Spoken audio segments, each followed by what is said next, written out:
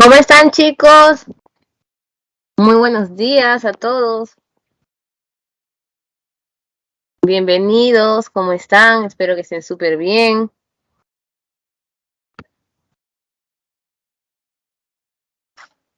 ¿Ya están listos para su examen? Ya toca examen. Buenos días. ¿Ya están listos para su examen?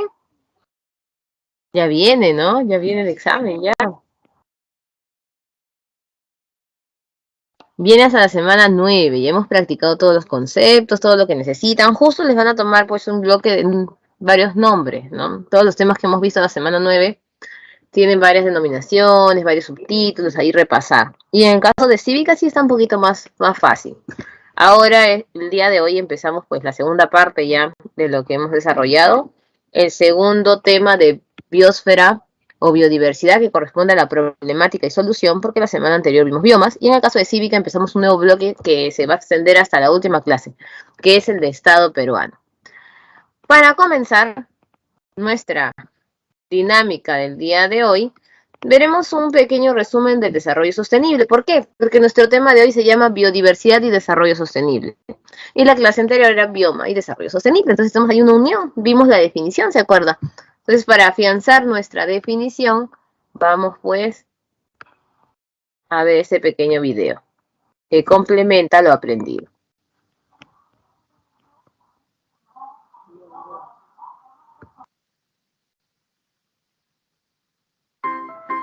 Desarrollo sostenible. Todo el mundo habla de ello.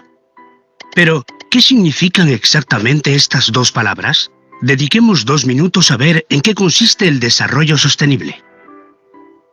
La idea surgió a finales de los 80, como respuesta a los crecientes problemas sociales y ambientales del planeta. Con la globalización, la brecha de desigualdad entre los países ricos y los pobres es cada vez más grande. Y las proyecciones sobre el crecimiento de la población son alarmantes. ¿Cómo vamos a alimentar a 9.000 millones de personas en 2050? ¿Cómo podemos ofrecer a todo el mundo acceso al agua segura, atención sanitaria, educación? ¿Cómo podemos proteger la biodiversidad y adoptar medidas concretas contra el cambio climático? ¿Cómo podemos asegurarnos de que el desarrollo industrial conlleve progresos para todo el mundo? La solución propuesta era un nuevo tipo de desarrollo, o más bien una variación del modelo tradicional, a la que se le llamó simplemente desarrollo sostenible. El término se definió de forma oficial en 1987 como parte de los preparativos de la Cumbre de la Tierra de Río de Janeiro. Desarrollo sostenible es el desarrollo que satisface las necesidades actuales de las personas sin comprometer la capacidad de las futuras generaciones para satisfacer las suyas. ¿Les parece algo abstracto? Digámoslo de otro modo. Desarrollo sostenible significa que el crecimiento debe lograrse con el respeto por la naturaleza y los seres humanos. ¿Y dónde se logra la sostenibilidad? Justo aquí, donde se cruzan los objetivos económicos, la responsabilidad social y la protección ambiental.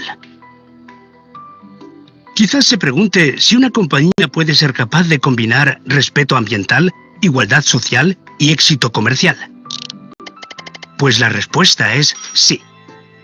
Y no solo eso, sino que el desarrollo sostenible genera valor. Así, modernizar las herramientas de producción para usar menos energía y menos agua es bueno para el medio ambiente y para el bolsillo. Ofrecer productos y embalajes de ecodiseño que usen solo lo necesario permite ahorrar materiales y reducir los costes de transporte. Prestar atención a los empleados, mejorar su calidad de vida en el trabajo y ayudarles a desarrollar sus habilidades son factores que refuerzan su compromiso. Y un mayor compromiso de los empleados se traduce en un mejor rendimiento general. Crear productos a los que puedan acceder las poblaciones más pobres del mundo significa abrir nuevos mercados, justo aquellos cuyas poblaciones crecerán con más rapidez entre ahora y 2050. Supervisar las condiciones laborales ofrecidas por los proveedores y subcontratistas conlleva minimizar riesgos que podrían dañar la imagen de una empresa. Como puede ver, el desarrollo sostenible afecta a necesidades económicas, sociales y ambientales. Y se han comprometido a marcar la diferencia. Las que aprovechen esta oportunidad para generar valor descubrirán que su éxito es, en una palabra, sostenible.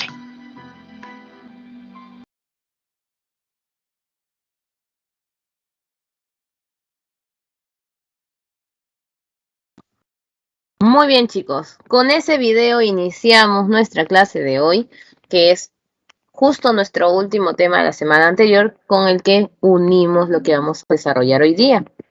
Nuestro tema es recursos naturales, la biodiversidad, el desarrollo sostenible. Empezamos entonces.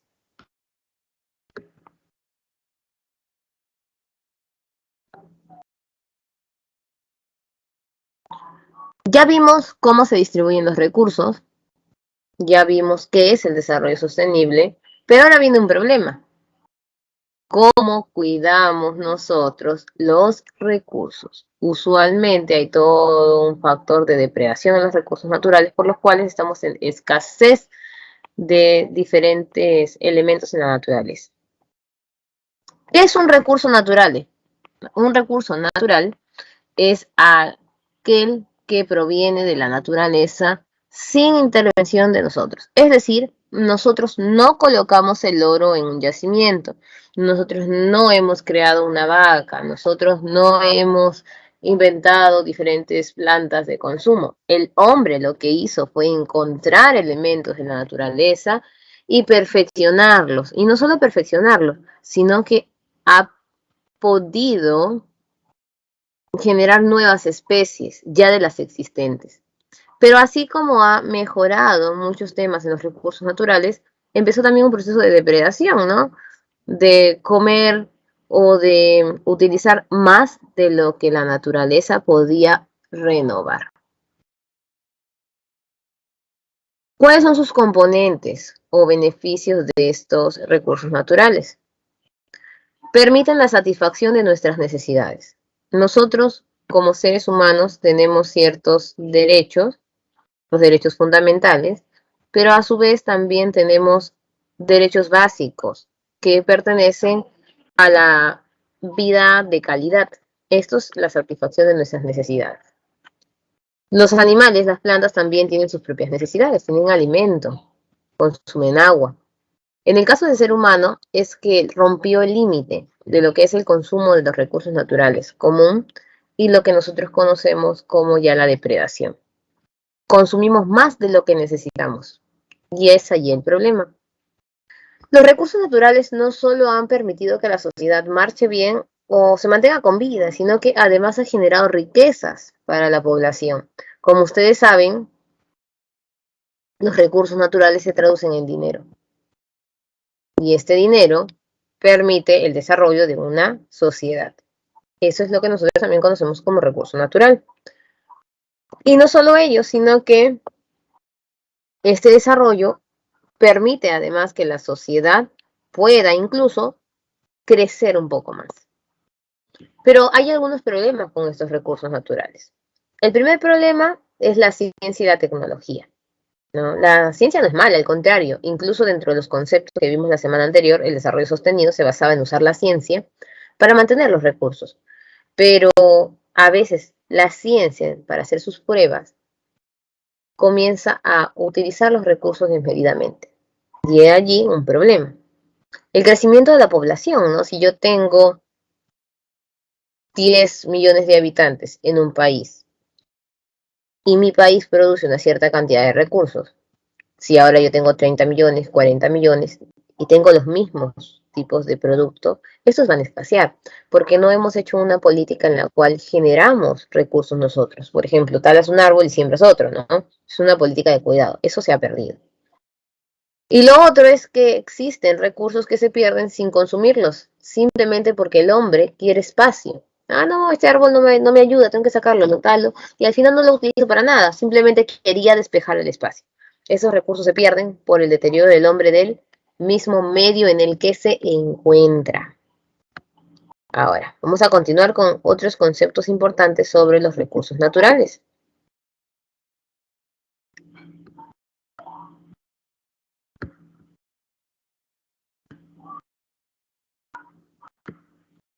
Los recursos naturales se utilizan en diferentes procesos y el hombre, pues, en la búsqueda de satisfacer sus necesidades, ha dañado los recursos. En resumen, ¿qué es un recurso? Es el componente de toda naturaleza que satisface las necesidades. Todo ese cuadro que acabamos de ver se puede resumir así. Está en la naturaleza y lo utilizo. Los recursos naturales se clasifican en tres sectores: no renovable, renovable e inagotable. El recurso no renovable es aquel que deriva generalmente de la minería y que si se acaba no lo vas a poder encontrar nuevamente. Lo puedes reemplazar por otro, pero ese recurso lo pierdes. Los recursos no renovables se clasifican en tres grupos: los metálicos, no metálicos y los hidrocarburos o energéticos. Los minerales metálicos son los tradicionales, ¿no? Hierro, oro, plata. Los no metálicos son los que se utilizan para la construcción, como está la arena, grava, arcilla. Y en el caso de los hidrocarburos, los podemos clasificar en los fósiles, que son los que el hombre más está degradando. El carbón ya está en peligro de escasear en todo el mundo, especialmente empezó su sobreproducción en Europa. El petróleo también, le dicen el oro negro, las personas hacen guerra hasta por el petróleo. Y el gas natural que ahora se está utilizando de reemplazo. Y el de origen mineral, por ejemplo, los radioactivos como el uranio. En este caso, estos recursos, si no los vas alternando, los vas a perder, como pasó con los de origen fósil. Los renovables tienen una ventaja, que siempre los vas a encontrar allí, porque tienen un ciclo de regeneración. Cuando estos se extinguen o se acaban, no es culpa del recurso, es del ser humano que no permite el proceso de regeneración de la especie. Si yo como un plato con langostinos bebés, yo sé que más adelante no van a haber muchos langostinos. ¿Por qué? Porque si yo consumo langostinos pequeñitos, estos eran los que tenían que crecer para reproducirse. Entonces, estoy impidiendo que se dé la cadena de vida de estos animales. Eso pasa con casi todos los recursos renovables. Por ejemplo, en el caso de los fijos, que es el aire y el agua, siempre hemos creído, o por mucho tiempo se creía, que estos recursos no se acababan nunca, eran inagotables, no siempre están. Y no, en realidad son fijos renovables, se mantienen más constantes, pero también tienen que regenerarse. Si nosotros alteramos el ciclo del agua y producimos más agua en la lluvia y en la inundación, este va a desbalancearse. O también en los lugares donde no llueve, la sequía no permite el movimiento de la escorrentía o el ciclo completo del agua. Y en el caso del aire, el aire puro, el que puede respirar el hombre, es el que ya estamos degradando. Gases vas a encontrar en la atmósfera, pero si le seguimos haciendo agujeros, por ejemplo, a la capa de ozono, si seguimos contaminando, ya no vamos a tener el recurso, porque el hombre ya no va a poder utilizar este aire para satisfacer una necesidad. Semirenovable es el suelo, ¿no? El suelo casi siempre va a estar allí. ¿Cuál es la diferencia? ¿Cuándo vas perdiendo el suelo? Cuando pierdes la fertilidad. ¿De qué me sirve tener un suelo si yo no puedo sembrar nada? Y variable, flora y fauna. Este es el que más abunda. Pero saben que tengan cuidado, porque abundan tipos de animales y tipos de plantas. Pero de cada especie no es que sean infinitos. Por lo tanto, lo que hace el hombre es ir haciendo una erosión genética, que más adelante hablaremos de ello, afectando ciertas especies y las extingue del todo. Y los recursos inagotables, no hay un recurso que se mantenga para siempre. El único recurso inagotable es la energía. Se puede acabar la fuente que produce una determinada energía, pero tienes otras fuentes para producirla, ¿no? De los recursos naturales básicos tenemos el suelo, es alimentación, los animales, que satisfacen nuestras necesidades básicas de alimento y de vestimenta. Los minerales, ¿no? Que no solamente se han convertido en materia económica, sino que nos permiten tener toda la indumentaria para la vivienda. Bosques sin oxígeno, no podemos vivir. Los bosques generan oxígeno y además permiten los acuíferos, la escorrentía. No hay árboles, el agua no se absorbe en el suelo y por lo tanto simplemente se pierde. Y el agua, que ya hemos visto en el tema de hidrografía, no hay recurso que reemplace el agua. Retomando algunos datos importantes, el recurso agua prácticamente es todo el planeta, 71% del planeta es agua. El recurso suelo siempre ha estado como formación orgánica e inorgánica, el recurso aire, ¿no? Recordemos que oxígeno no es tanta la cantidad, mayormente es nitrógeno, así que hay que cuidar el oxígeno que tenemos y la producción del mismo. Los recursos minerales, ¿no? Gracias a estos minerales tenemos nosotros las llamadas joyas o elementos suntuarios. Si no estuviesen, tampoco tuviésemos los suntuarios, sería todo. Y ahí está el mineral precioso. Minerales para la construcción, si no, no tenemos viviendas, para tener energía, calor, para que funcionen las máquinas, los vehículos de transporte, algunos incluso para el consumo, como el salitre, y otros que se utilizan en cualquier elemento de nuestra casa o de una fábrica, por ejemplo. Entonces, el recurso natural es un bien que el hombre aprovecha, pero que lamentablemente lo está degradando. Vamos a ver un poquito de cómo el hombre tiene que cuidar y comprometerse con el ambiente. El tema de hoy es súper fácil, chicos. Ahorita empezamos a dividir lo que es la biodiversidad y luego pasamos a la problemática.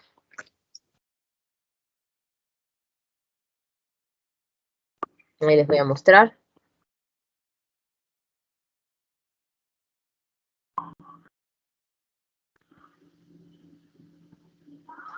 Perdón. ¿Por qué el manejo de nuestros recursos naturales es importante?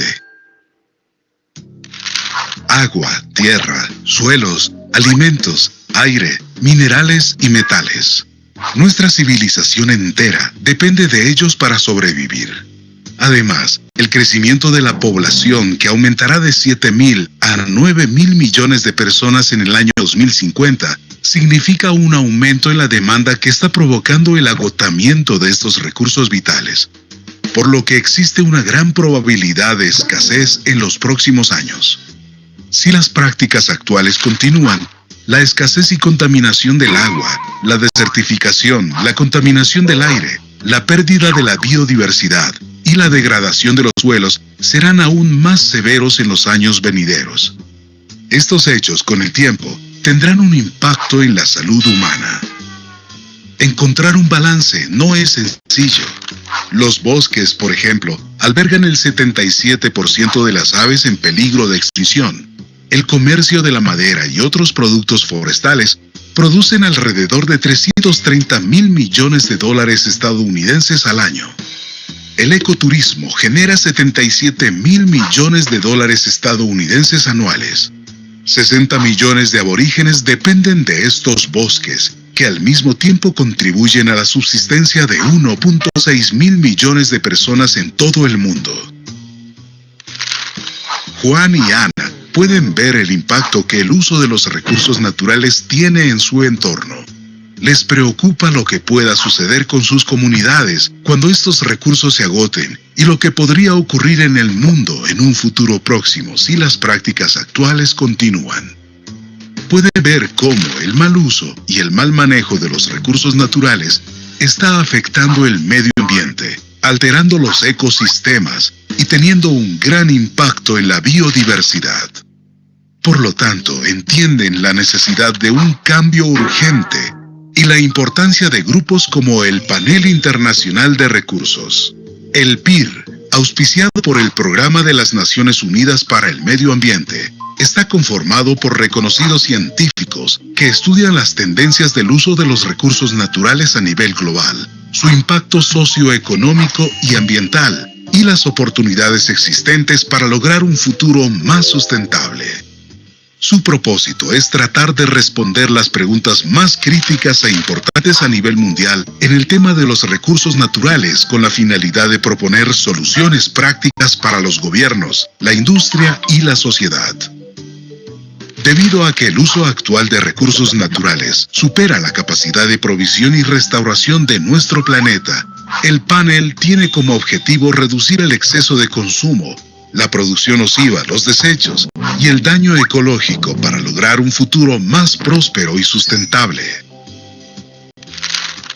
A Juan y Ana les da gusto saber que grupos como el PIR existen para brindar ayuda y apoyo a los gobiernos, la industria y la sociedad en general, con el objetivo de encontrar un balance entre el crecimiento económico y el bienestar del planeta, rompiendo así el vínculo entre el uso de los recursos naturales y los efectos ambientales negativos. También les alegra ver que las personas de su comunidad podrán disponer de una fuente de ingreso sustentable y de bienestar para sus familias.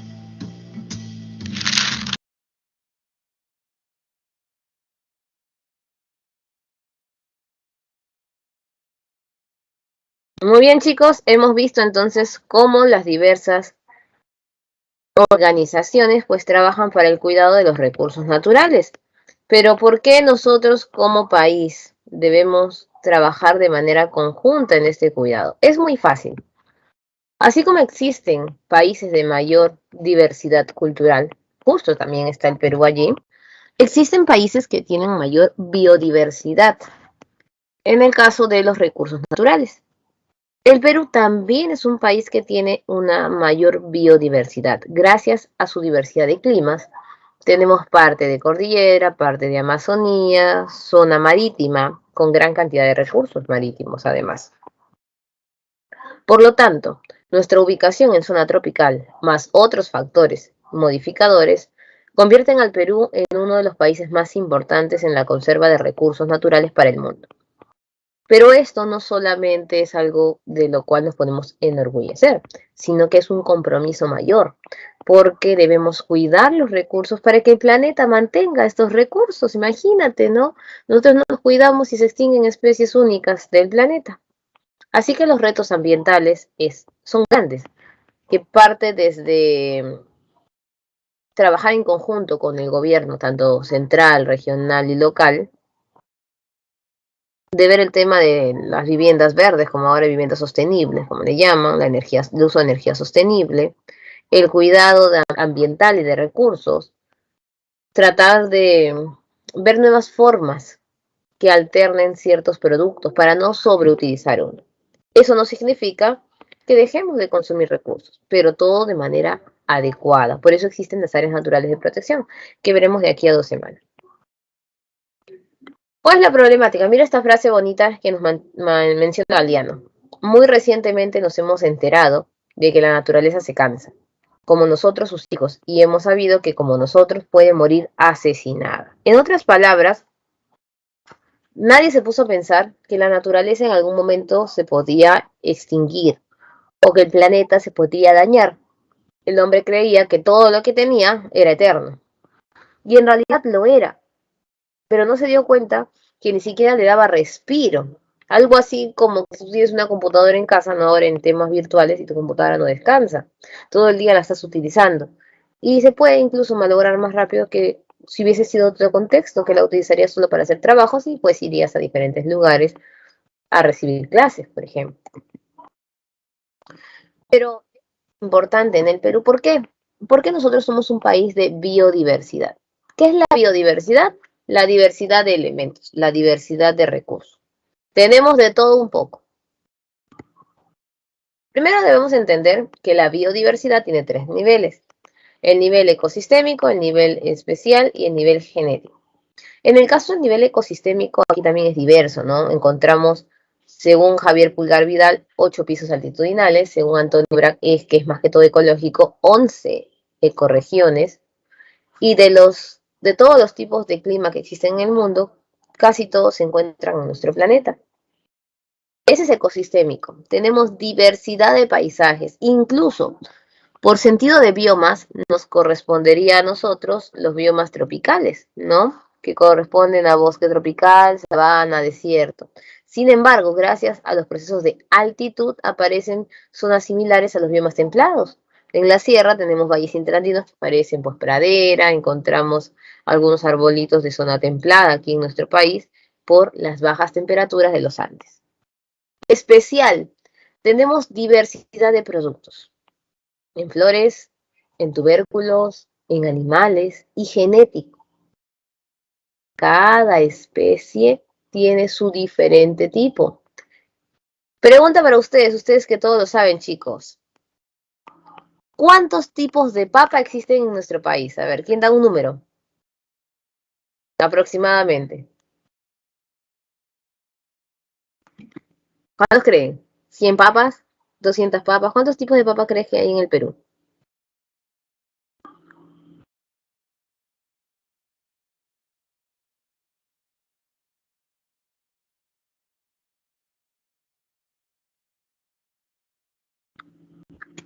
13. 13 me dice, muy bien. Sumi me dice 13. ¿Alguien da más? ¿Alguien da más? ¿Un poquito más de variación? ¿O dicen menos de repente? ¿Todos están de acuerdo con Sumi o creen que hay más tipos?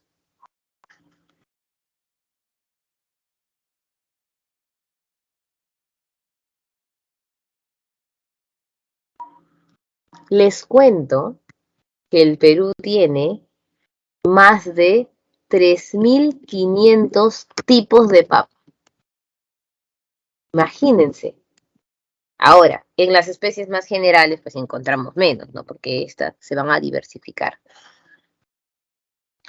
La pregunta es, sinceramente, ¿cuántos tipos de papa has comido en toda tu vida, en tu corta vida?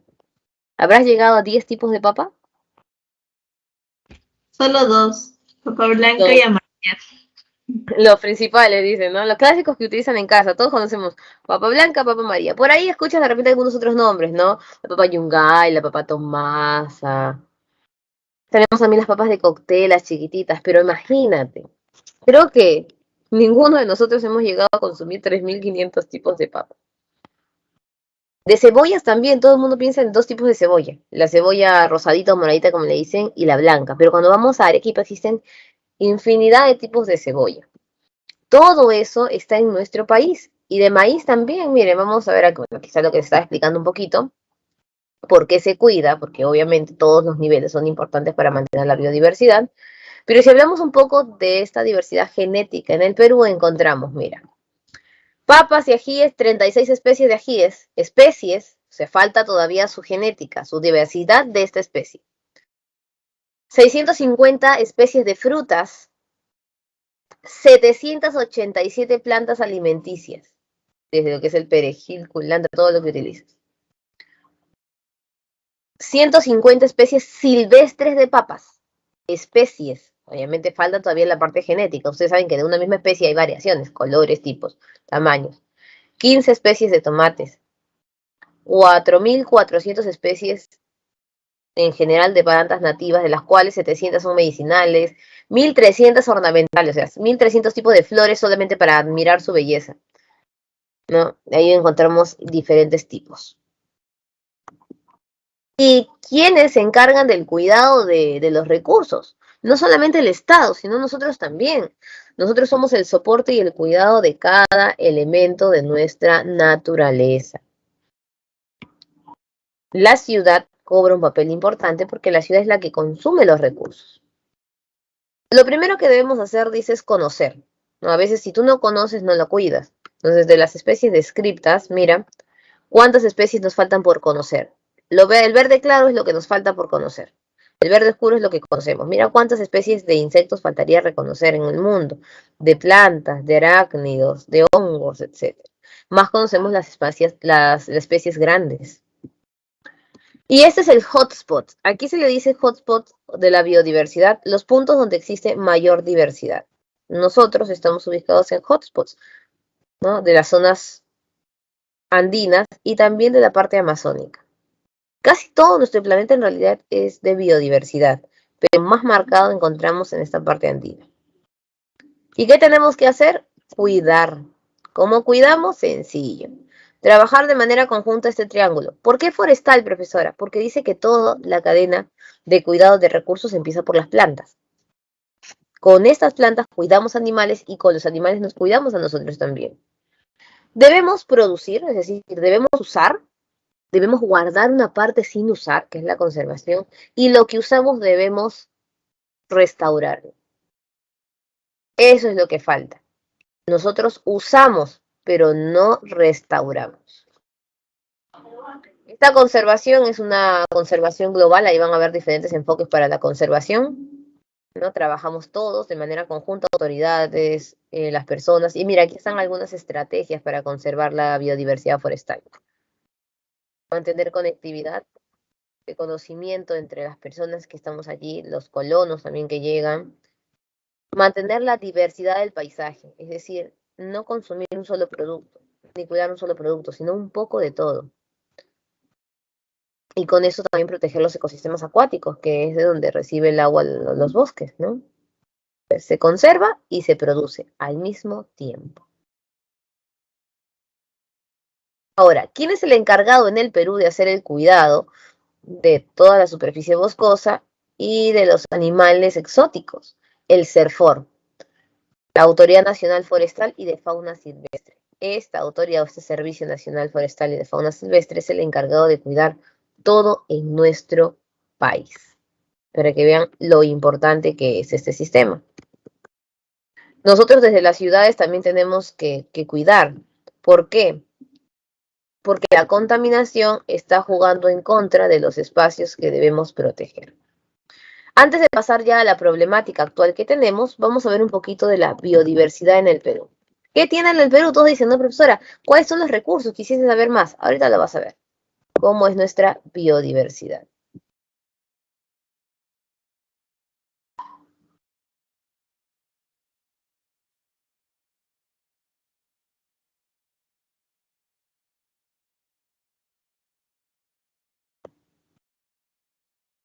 Muy bien, vamos a ver un informe del Ministerio de Economía y del Ministerio de Ambiente sobre nuestros productos y nuestra diversidad.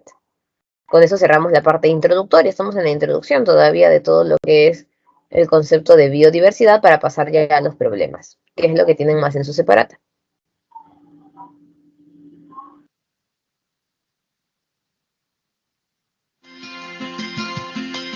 Si te dijera que el Perú es una potencia mundial, ¿me creerías? No, no es que seamos ricos en dinero como Estados Unidos o la Unión Europea. Pero eso no tardará en llegar si reconocemos que somos una potencia. De hecho, una de las 5 más poderosas de todo el planeta en variedad y cantidad de vida natural. Sí, eso que has oído decir que se llama biodiversidad.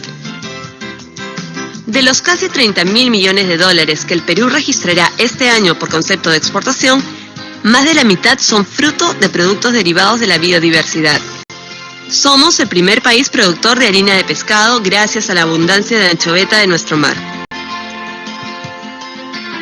Se nos reconoce como la cuna de la papa y el lugar que más variedades ofrece. Pero ¿sabías que, por ejemplo, poseemos además el récord mundial de especies de mariposas y colibríes? Somos dueños del 4º bosque tropical más grande del planeta y el 2º de América. Allí se alojan más de 3.000 tipos de árboles con una oferta increíblemente extensa de frutas y vegetales para consumo directo o transformación en diversas industrias como la farmacéutica y la cosmética. La variedad de microclimas y pisos altitudinales permiten cultivar con éxito casi cualquier tipo de producto. ¿Cómo puede toda esta grandeza natural convertirse en bienestar y riqueza económica sin ser destruida? ¿Es esto realmente posible? Sí, a través de los econegocios. Se trata de formas de aprovechamiento de los recursos que garantizan que estos no se depreden. Tenemos algunos ejemplos exitosos en el país. La agricultura orgánica consiste en el cultivo de la tierra sin utilizar agroquímicos, solo abonos e insecticidas naturales. Y sus frutos tienen cada vez más demanda mundial. El Perú, que exportaba en 2001 poco más de 2 millones de dólares en plátanos orgánicos de Piura, recibirá este año más de 30 millones de dólares. En tanto, captaremos 14 millones de dólares por venta de castañas. Y nuestro café llegará a 700 millones de dólares de ingreso. Entre el 2000 y el 2009, las exportaciones por econegocio tocaron los 5.230 millones de dólares. Gracias al sistema de manejo de bosques y certificación forestal internacional, es posible aprovechar un potencial de 3.000 millones de dólares adicionales en exportación de maderas del bosque tropical.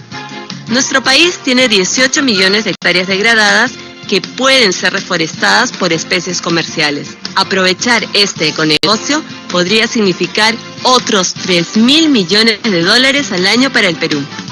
El ecoturismo es otra muy buena cepa de negocio. En el año 2009 captó 2.015 millones de dólares. Tomemos solo el caso de las aves. Sabemos que somos uno de los países líderes en su diversidad. En el mundo existen 19 millones de personas aficionadas a la observación de pájaros. Si atrajéramos la visita de solo 1% de ellas, con un modesto gasto de $1.000 por persona, obtendríamos 190 millones de dólares anuales. Lo mismo puede pasar con las mariposas, los colibríes, orquídeas y muchos más. Aunque todo esto pueda sonar impresionante, son solo unos cuantos ejemplos de econegocios. Y entonces, ¿somos o no una potencia mundial?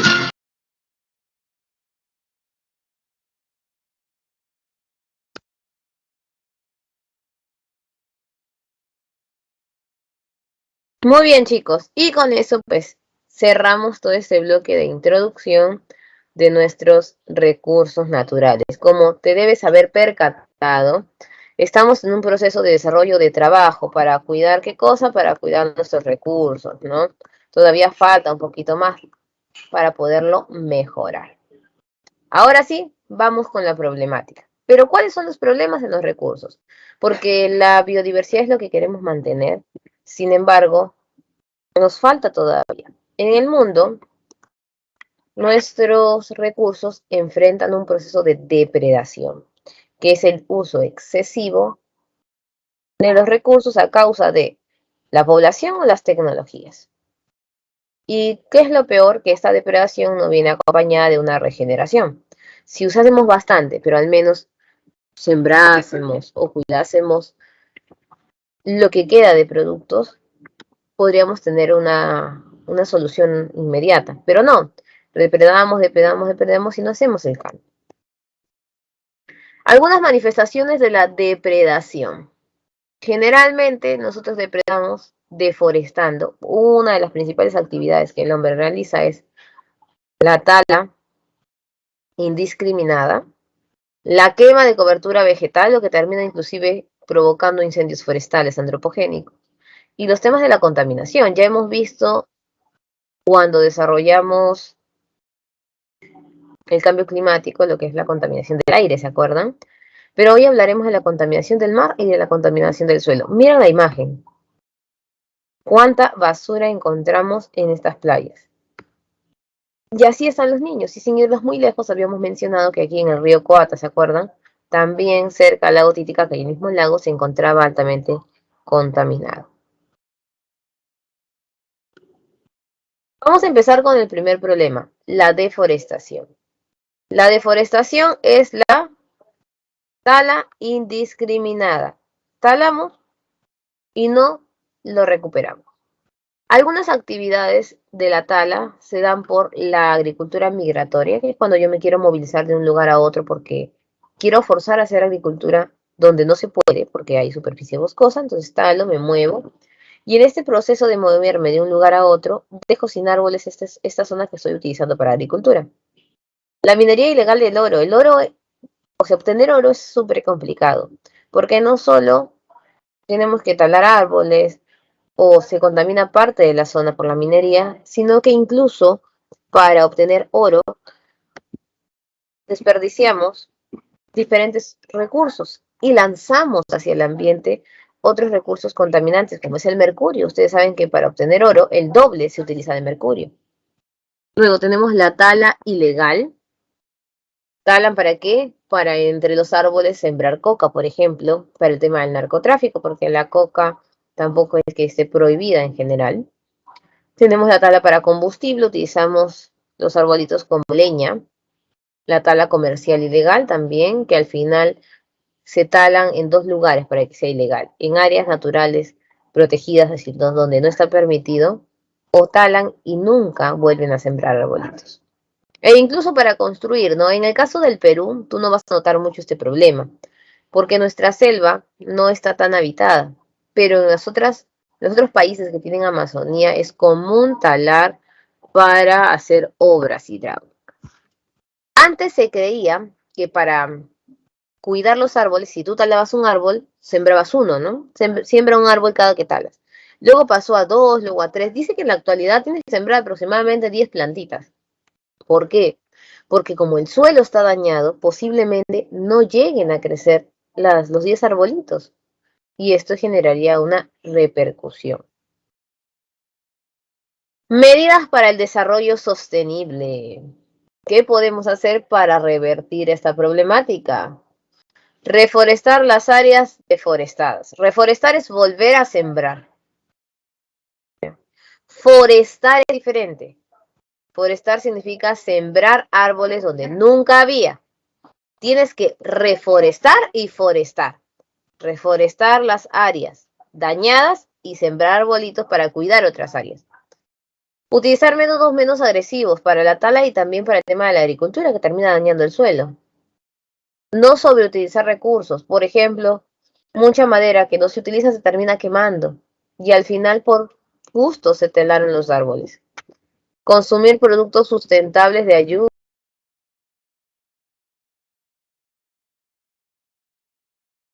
Estos productos sustentables, ustedes saben que se llaman así porque contribuyen con el tema económico. Capacitar a los colonos. ¿Quiénes son ellos? Aquellas personas que no son del lugar, que no son de las comunidades nativas, por ejemplo, campesinas. Mejorar algunas normas, porque ustedes se han dado cuenta que las normas están, pero no las cumplen. Y allí se han dado cuenta muchos que como no hay cierta rigurosidad, pues suelen infringirla.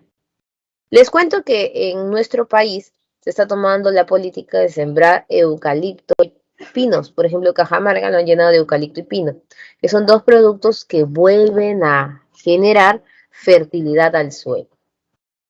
Mira, la FAO desde el año 2019 señala que el área forestal mundial continúa disminuyendo. Ya ha perdido 178 millones de hectáreas de bosque desde 1990. Uno de los lugares más deteriorados es Madagascar. Creo que todo el mundo conoce Madagascar, ¿no? Madagascar era una de las islas con mayor cantidad boscosa. Y actualmente Madagascar está en una serie de políticas de reforestación porque se había dañado 70% de su superficie boscosa. Imagínense, ya no teníamos Madagascar. Si tú recuerdas Madagascar por el dibujito, por la película animada, pues Madagascar ya no era igual. Ahora recién están empezando a sembrar nuevamente. ¿Y cómo se da la deforestación en nuestro país? Ustedes saben que nosotros somos uno de los países que tiene mayor superficie forestal, al igual que Brasil, ¿no?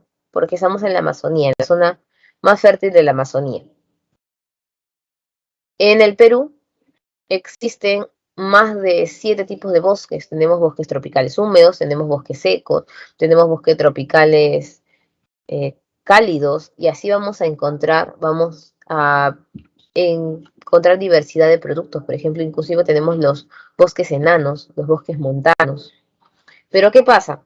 La mayoría de estos bosques exóticos o exclusivos o endémicos, como le decimos nosotros, también han sido dañados por el tema de la deforestación. Se han perdido, mira, 7 millones de hectáreas del territorio nacional de superficie boscosa. Y solo en el 2019 se han perdido 147.000 hectáreas de bosques húmedos amazónicos.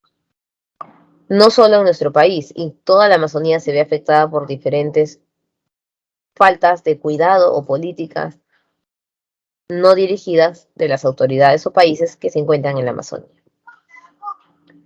¿Quién se encarga de hacer todo este monitoreo o sistema? ¿No? Obviamente que es el Ministerio de Ambiente, pero trabaja con el proyecto de monitoreo de la Amazonía Andina Peruana. Está a cargo del Instituto de la Amazonía Peruana, que es el IAP de la Amazonía Peruana, obviamente, ¿no? Conjuntamente con el Servicio Nacional Forestal y de Fauna Silvestre, SERFOR, donde se ha determinado que las zonas más dañadas actualmente son Madre de Dios. Vamos a encontrar la zona de Ucayali y Loreto.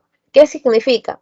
Que últimamente se está talando más en la selva baja, lo que antes era más común en la selva alta. Aquí encontramos nosotros las zonas amarillas, medio, que era comúnmente la selva alta. Lo que pasa es que antes se talaban los árboles gordos, no cedro, caoba, roble, los muebles que tienen tus abuelitos en casa, que no se han picado, que duran años, que son grandotes, ¿no? Y esto generaba mucho ingreso económico para los que hacían muebles, pero no tenían que talar tanto porque duraba el mueble. Pero ahora no. Ahora vives con un tipo de consumo inmediato, ¿no? Compras un mueble actual, te cuesta menos, pero se degrada rápidamente o se pica. En este caso, entonces, se está talando más la selva baja, que tiene los árboles delgados. Muy bien. Vamos con la contaminación del agua. La contaminación del agua tiene un punto referente directo a la contaminación y otro que va en referencia al cuidado del agua. Existen malas prácticas en torno al cuidado del agua. Vamos a recordar. ¿Tú alguna vez has armado una piscina en febrero para carnavales? A ver, cuéntame. ¿Alguno de ustedes ha armado piscinas? ¿O ha visto que armen piscinas por su casa? Sí, sí he visto por mi casa. ¿Cuántas piscinas has visto más o menos por tu casa en temporada de febrero? O 3 o 4. Claro, ¿no? Arman incluso hasta 5 por cuadra. Yo vivo en la zona del Callao y es común que en febrero especialmente encontremos grandes cantidades de piscinas. Algunos utilizan el agua de su casa, pero otros yo veo, no las sacan de los parques. Al final, ¿dónde va toda esa agua a la piscina? A ver, Unos, ¿no? ¿Has visto que lo lanzan a la pista? sí. Claro, se pierde el agua por gusto, en lugar de repente ir a lugares especiales donde haya piscinas. O también depende del tamaño de la piscina. Yo recuerdo que antes se armaban piscinas chiquitas para los niños, pero han visto ahora sacan unas piscinas enormes, que tampoco las cuidan, están ahí al aire libre y el agua pues se va a perder. Todo ese es el tema del despilfarro del agua, ¿no? En nuestras casas también. La lavadora, todos tenemos una lavadora común. El agua de la lavadora, usualmente la mayoría pues la termina botando al caño. Pocas personas juntan el agua para utilizarla para el baño. El inodoro, cuando jalas la palanca, cuánta cantidad de agua se va. Hemos visto grandes cantidades y cuántas personas ingresan al día. Otras personas prefieren echar agüita, ¿no? Desde pequeños, cuando estás en el colegio, te dicen lávate los dientes con un vasito de agua, pero las personas no hacen caso.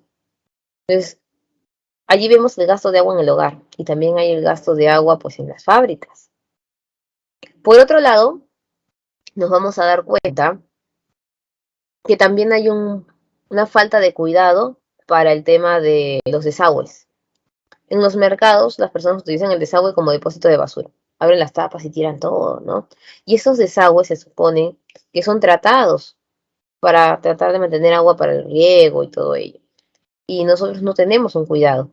Recuerden que existen ciertos tipos de cultivos que crecen muy pegados al margen del río. Y que si el margen del río está contaminado, imagínate el producto, por ejemplo, la fresa, el arroz, la coliflor, el mismo brócoli, crecen pegaditos, especialmente la fresa. Por eso siempre te dicen lávala una por una y con cuidado.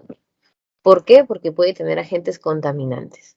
En otros países ya han ideado algunos sistemas, ¿no? Ustedes han visto que las lavadoras las colocan en un solo lugar para que en el edificio todos puedan consumir una misma agua que pueda ser luego reutilizada. Incluso acá los car wash, como le dicen, lavan los carros con manguera, ¿no? Todo, y todo el agua se pierde. Tú ves ahí todo mojado. En otros países, ¿no?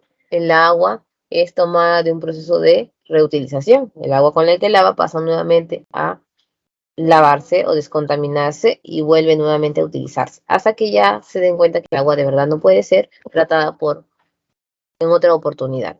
Entonces vamos a darnos cuenta que el tema del agua es importante. Y todavía, si a eso le sumamos los focos de contaminación, vamos a encontrar distintas sustancias que ingresan. Mira, bacterias, sustancias reactivas, tenemos allí basura, vamos a encontrar los derrames petroleros.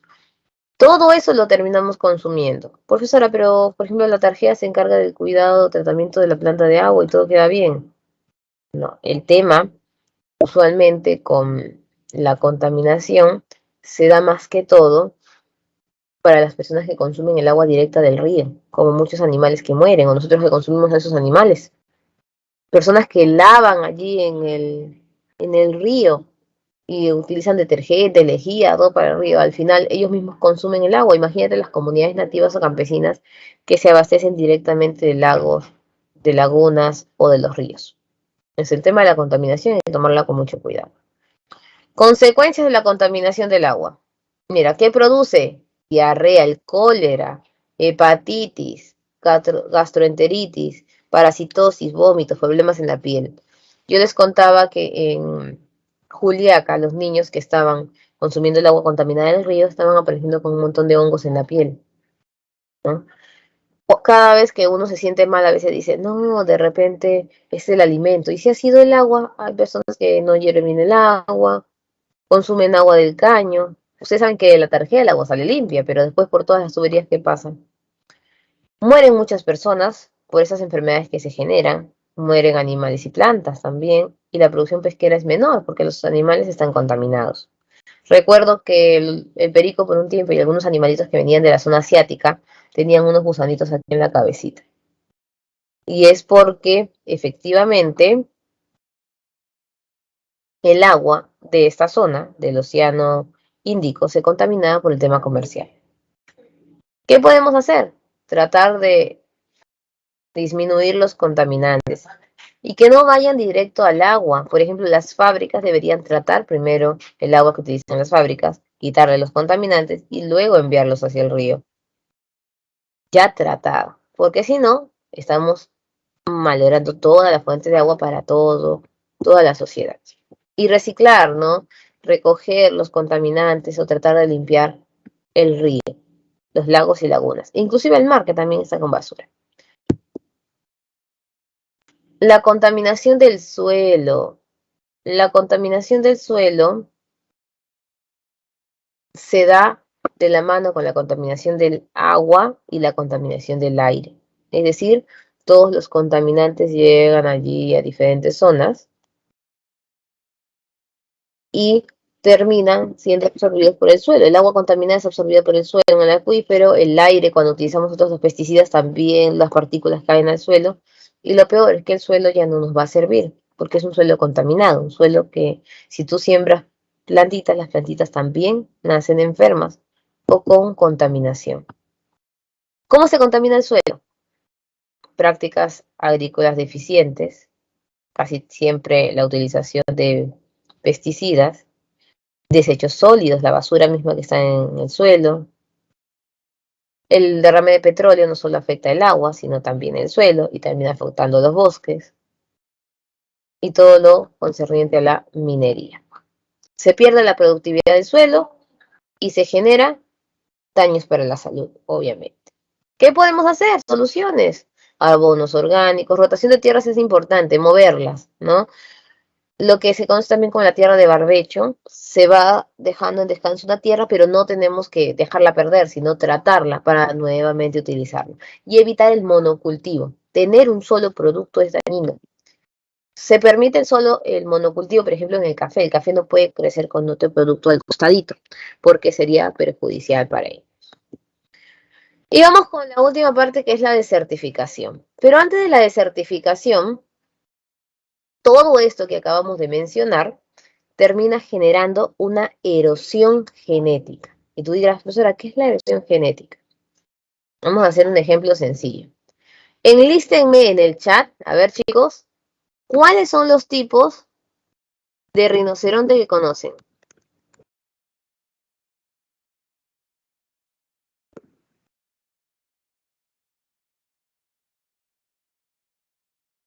Cuénteme, ¿qué tipos de rinocerontes conocen?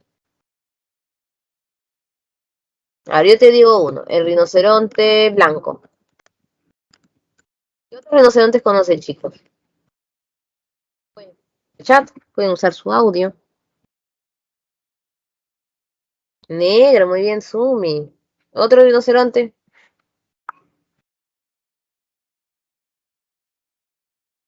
Está el rinoceronte rosa, que en realidad no es rosado, sino tienen cuernos diferentes y un color de piel más clarito. ¿El clásico rinoceronte de qué color es?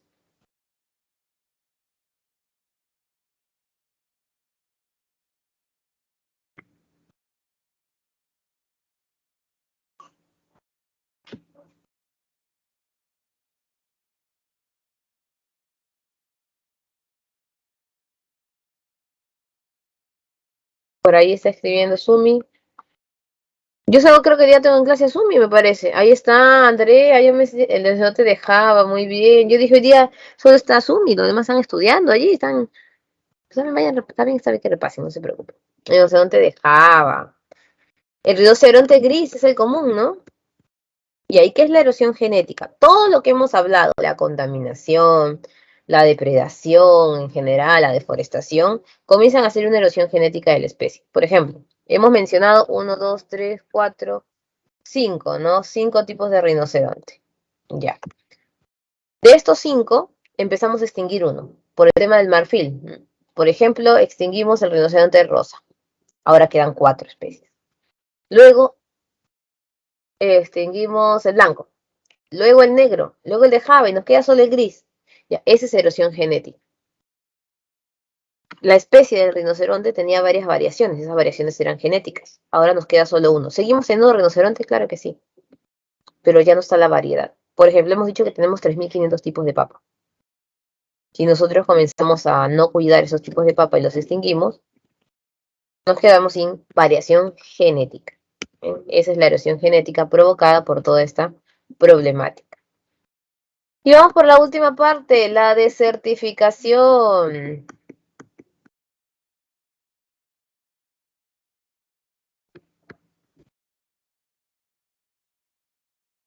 La desertificación. No sé si lo estaban viendo, pero ahora sí. ¿Qué es la desertificación, chicos? Se parece al tema de la contaminación del suelo, pero contaminar el suelo conllevaba que se pierda la fertilidad del suelo. Ya. Esa pérdida de fertilidad del suelo es la que se llama desertificación. Existe desertificación y desertización. La desertización es a causa de efectos indirectos por el cambio climático y la desertificación es acción directa del hombre. Pero los dos es la pérdida de la fertilidad del suelo. Se degrada el suelo. Tienes un suelo pero ya no sirve para nada. Causa sobrepastoreo. Demasiados animalitos, demasiada ganadería comienza a comer todo el suelo, ¿no? Nos quedamos sin recursos. Tenemos también el tema de la deforestación. Talamos árboles, la erosión es más común en esta zona, entonces se comienza a llevar todo el suelo. El manejo agrícola inadecuado, ¿qué significa? Mucha agua o poca agua. ¿Ustedes han hecho el ejercicio alguna vez en el colegio de la semillita en el vaso? Porque esa es clásica, ¿no? Cuando estás en inicial, en primaria, poner una semillita en el vaso. Existían 3 tipos de alumnos. El alumno al que le crecía la plantita porque siguió todas las indicaciones de cuidado. Un alumno que no le crecía la plantita porque poco más hacía una piscina por el frijolito. Se llenaba de agua el algodón, se ahogaba la planta. Y existía un tercer alumno que tampoco le crecía la plantita, pero nunca le echó agua. Pobre plantita tenía sed. Ya, igualito. El tema de la agricultura es similar. No podemos echar mucha agua al suelo, porque el suelo se comienza a salinizar, se llama, le comienza a aparecer sales encima. O no podemos dejar de echar agua porque empieza la sequía. Ese es el manejo agrícola inadecuado. Y la industrialización, pues todo el tema de la construcción de empresas termina dañando el suelo. Mira, según el Instituto Nacional de Salud, hemos perdido 75 millones de suelo fértil en el mundo. 6 millones se pierden cada año. Existen 110 países que están en problema de suelo. 250 millones de personas afectadas porque no tienen alimentación o no tienen con qué alimentarse. Y hectáreas que están a punto de perder también fertilidad, 4.000 millones. La desertificación en nuestro país se da en qué zonas, donde llega la sequía, cuando a veces está el fenómeno del Niño. Se da también en zonas de minería o en la zona de la costa, cuando utilizamos demasiada agua, por ejemplo, para las plantaciones del arroz. Esto también le pasa a la selva con el tema del arroz. Nuestro territorio tiene diferentes impactos, ¿no? El tema de desaparición de glaciares, pérdida de agua también, pérdida de cosechas, enfermedades que se dan, desglaciaciones, heladas, todo eso termina afectando nuestro suelo. En la costa norte, en la parte de Piura, Tumbes, Lambayeque, La Libertad, ¿qué pasa? Erosión hídrica y eólica. Si nosotros comenzamos a quitar las plantitas que protegen el suelo, la erosión es mayor. Salinización, mucha agua, comienza a brotar la sal. El suelo no sirve, se pone blanco y no se puede sembrar nada, como aquí está en la foto. Desertificación, tanta tal ha habido que ya el suelo no funciona. En la costa centro-sur, salinización, que es lo más común, porque utilizan mucho sobreriego, además su cercanía al mar aumenta el contenido de sal. Erosión eólica, quema de vegetación, erosión fluvial también en los ríos. En la zona andina, la parte pegada hacia la costa, afectada por los huaicos y por el sobrepastoreo, mucha ganadería. La zona del medio, valles interandinos o mesetas altoandinas, sobrepastoreo más que todo, la quema de pajonales, mira. ¿Para qué queman? Para poder hacer agricultura. La minería, todo lo que es ilegal. Y en la Amazonía, en la selva alta, usualmente los problemas de precipitaciones que hay o ciertos huaicos que se pueden dar, aunque es menor que en la costa. Y en la selva baja encontramos nosotros la tala indiscriminada que se da en el lugar o lo que nosotros le decimos la técnica de roza y quema y la agricultura migratoria. De un lugar para el otro, el uso de carbón, todo esto termina afectando. ¿Qué podemos hacer, chicos? Organizar bien el uso de las tierras, distribuir el agua adecuada, capacitar a los agricultores para que sepan cómo deben tener las medidas sostenibles y tratar de hacer cosas alternativas, ¿no? Por ejemplo, si no se puede utilizar la técnica de roza y quema por el uso excesivo del carbón y quemado de suelo, ¿qué se puede hacer? Eso se les tiene que enseñar a la población. Muy bien, y antes de pasar a las preguntas, con esto vamos a cerrar. Uno de los problemas que tienen los recursos en el país y en el mundo es la venta y la caza ilegal también de los animales y de las plantas. Vamos a recordar algo que estamos pues viviendo. El coronavirus. ¿Dónde dicen que pudo haber iniciado el virus, chicos? ¿En qué país? En China. En China. ¿En qué mercado? Todo el mundo le daba un nombre al mercado, ¿no? ¿Qué mercado era? ¿Se acuerdan? ¿Alguien recuerda el nombre del mercadito? Wuhan. Wuhan, excelente. ¿Y qué pasa en ese mercado? ¿Comieron murciélago? Muy bien, incluso han hecho una investigación sobre los murciélagos en Laos, diciendo que algunos murciélagos de la zona de Laos posiblemente pueden tener un virus similar. ¿Tenemos un mercado similar a Wuhan en nuestro país? ¿Alguien conoce algún mercado similar al de Wuhan?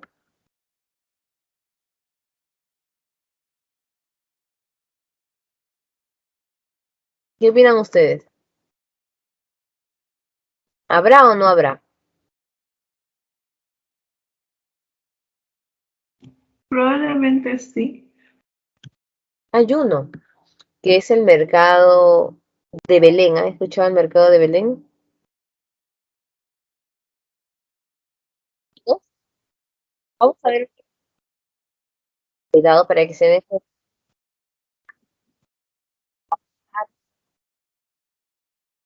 cualquier lugar. Allí la problemática, todo lo que es ilegal. Porque el mercado, cuando tú llegas, es normal, es un mercado común. No hay mucho problema, pero cuando comenzamos a investigar y adentrarnos en la zona de Quito, vamos a encontrar esta problemática. Y con esto cerramos geografía para hacer nuestras preguntas. Hoy ya está fácil el tema.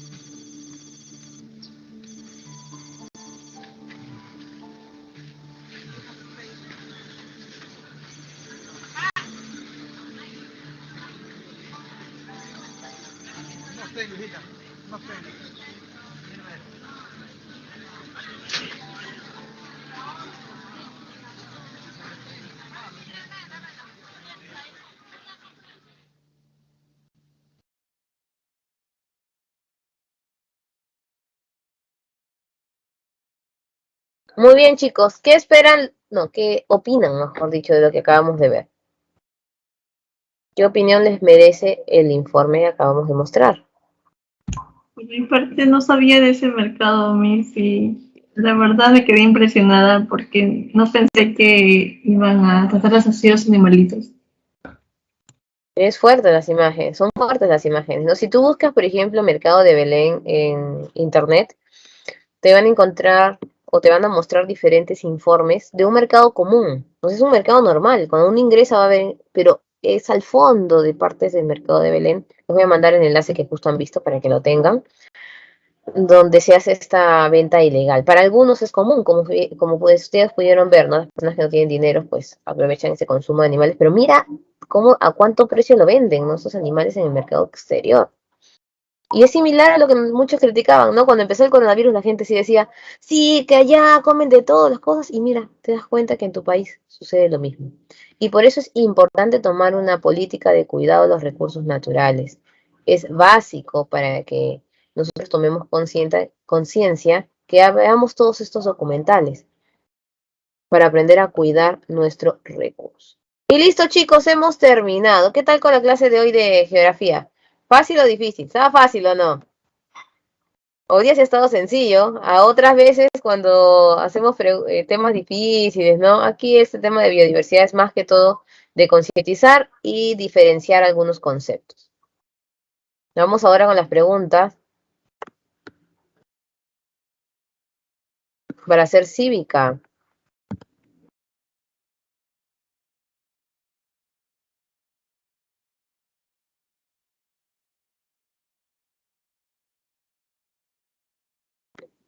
La contaminación de los recursos naturales es un problema de preocupación mundial.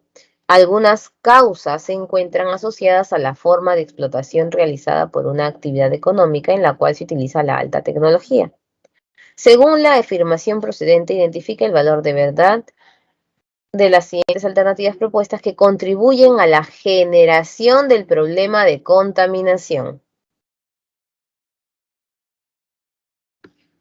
La emisión de humos tóxicos de las refinerías, por supuesto, desde que dice humos tóxicos genera contaminación.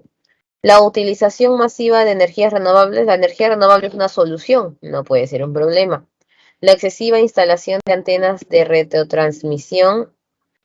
Las antenas de retrotransmisión no generan un problema, es parte de una alternativa de solución tecnológica. Los accidentes de transporte en el transporte de petróleo, por supuesto, ¿no? Hay un accidente, el petróleo pues se desparrama a cualquier lugar.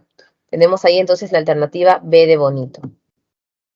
2. La reducción de superficies forestales de Loreto y Ucayali se encuentra relacionada, entre otras causas, a la actividad agrícola informal, como por ejemplo el interés de realizar cultivos asociados al narcotráfico. Identifica algunas de las medidas que se pueden adoptar para disminuir el impacto en estas áreas boscosas. ¿Qué podemos hacer para solucionar el problema? Ahora ya no es el problema, sino la medida de solución. Promover una agricultura de cultivos alternativos menos rentables en la región. Esto de menos rentables en la región también podría afectar el ingreso económico de la zona.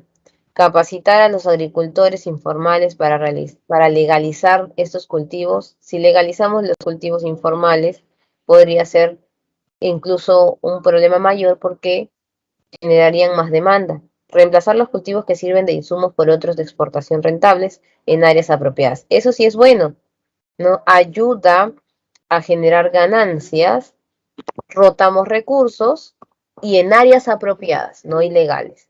Organizar talleres de responsabilidad ambiental promoviendo cultivos alternativos legales también. Sería la letra C de casa la respuesta entonces.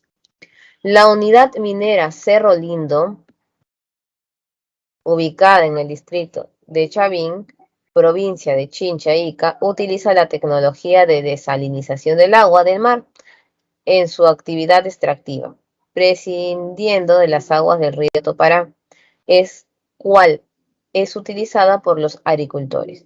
Identifique las proposiciones que se relacionan a este ejemplo de minería responsable. Mira, la tecnología de desalinización del agua del mar en su actividad extractiva. Entonces ya no utilizan agua del río, eso es muy bueno. Es una medida acorde a las propuestas de desarrollo sostenible, por supuesto. Tecnologías adecuadas pueden ser aplicadas en el cuidado ambiental. La tecnología no es mala, chicos, es cómo la utilizamos. La naturaleza salina del agua oceánica no afectaría directamente a la minería. Si utilizamos el agua con sal, obviamente que sí se vería afectado, por eso hacen una desalinización. La utilización de aguas saladas está sujeta a impuestos patrimoniales. No, no hay ningún problema allí, sí que sería la letra D de dedo. Al contrario, si la misma empresa hace la desalinización, ellos colocan la inversión. Una de las grandes amenazas de los suelos agrícolas en la región andina es la desertificación provocada por la actividad antrópica. De lo afirmado, identifique el valor de verdad de los siguientes enunciados acerca de la problemática mencionada. La quema de pastizales y la falta de cobertura vegetal sería un problema. Usualmente sí. El sobrepastoreo en la zona altiplánica, muchos animales también. Quema y sobrepastoreo. La actividad agropecuaria es la principal causa. La actividad de agricultura y ganadería no es el problema, es el sobrepastoreo o la mala práctica agrícola, no es la agricultura o la ganadería en sí. Los relaves mineros solo afectan suelos agrícolas, no, el relave minero afecta el agua, afecta hasta la parte del aire, todo. Letra B de bonito. Y tenemos entonces B, C, D y B.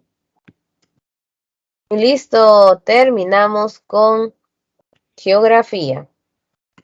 Fácil. Dime, corazón, te escucho. ¿Podrías poner la diapositiva 16 para tomarle captura, por favor? Claro que sí. Un segundito.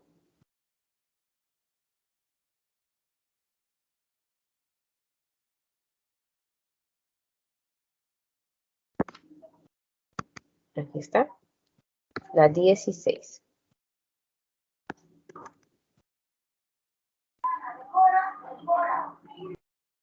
Ahí voy a mostrarlo un segundito.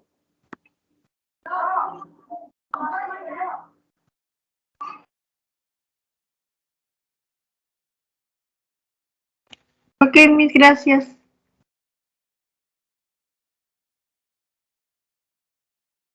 Muy bien, ya está entonces. Vamos con cívica. Hoy día cívica también está fácil. Nos toca Estado peruano. Vamos a ver qué es el Estado, cuáles son sus características, nuestros deberes, elementos del Estado peruano, su estructura. Súper fácil. Empezamos entonces. Ese es el tema de introducción a lo que vamos a ir desarrollando poco a poco en las siguientes semanas, donde veremos cada poder, cada organismo. El Estado. ¿Qué es el Estado? Lo primero que tenemos que diferenciar es el concepto. Muchos confunden Estado y país, y no es lo mismo. Profesora, pero en el Perú coincide, por eso es fácil, así que no tenemos mucha complicación. El Perú es un Estado y el Perú es un país. Es una organización de personas sobre un territorio con un conjunto de leyes que lo respaldan. Tiene una fuerza de organización. Un país hace referencia más que todo a la distribución territorial. Por ejemplo, Reino Unido es un estado, pero está dividido en países. Estados Unidos es al revés, es un país dividido en estados. ¿Por qué hay la diferencia entre el concepto de país y de estado? Porque el estado es el que tiene la ley. En Reino Unido, la fuerza está en Inglaterra, pero manda todo lo que es la organización de Reino Unido y todas las islas aledañas, ¿no? En el caso de Estados Unidos, cada estado tiene su propia ley. Y tenemos un presidente que representa al país en los tratados internacionales. Pero cada estado tiene sus propias normas, que no necesariamente coinciden con las de los estados vecinos. Por eso te has dado cuenta que en algunos lugares hay pena de muerte y en otros no.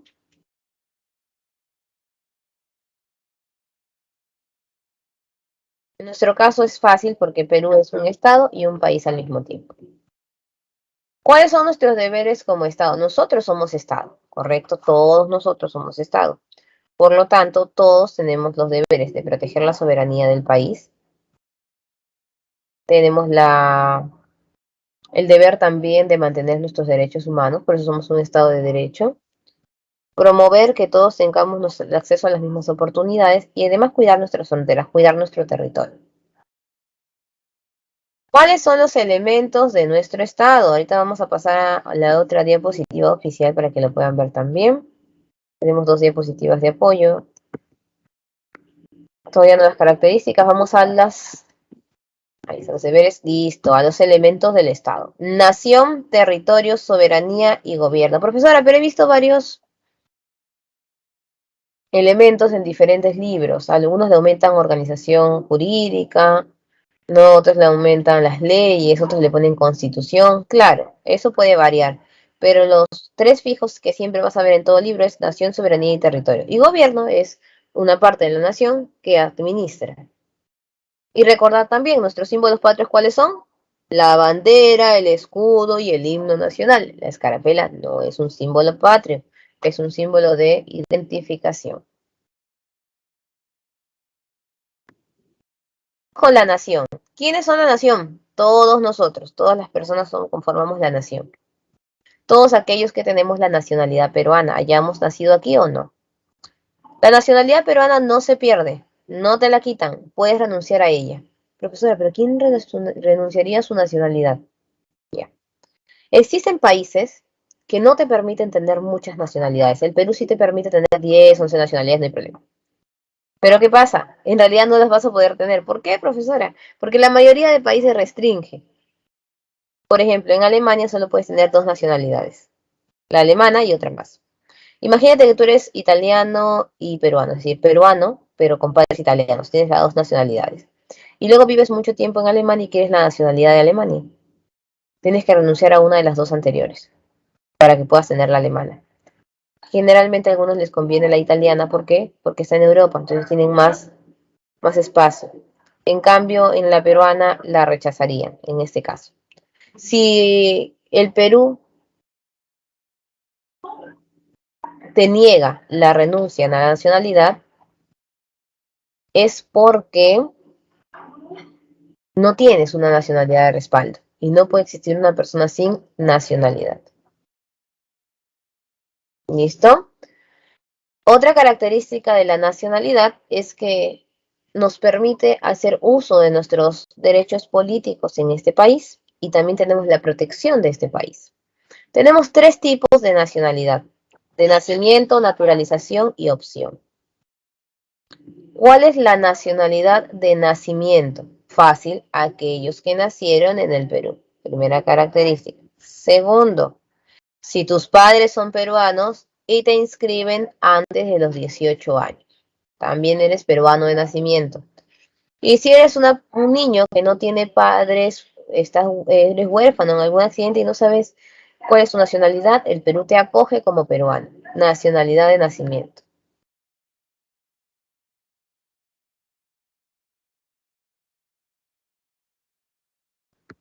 En este caso, esta nacionalidad de nacimiento, ¿para qué sirve?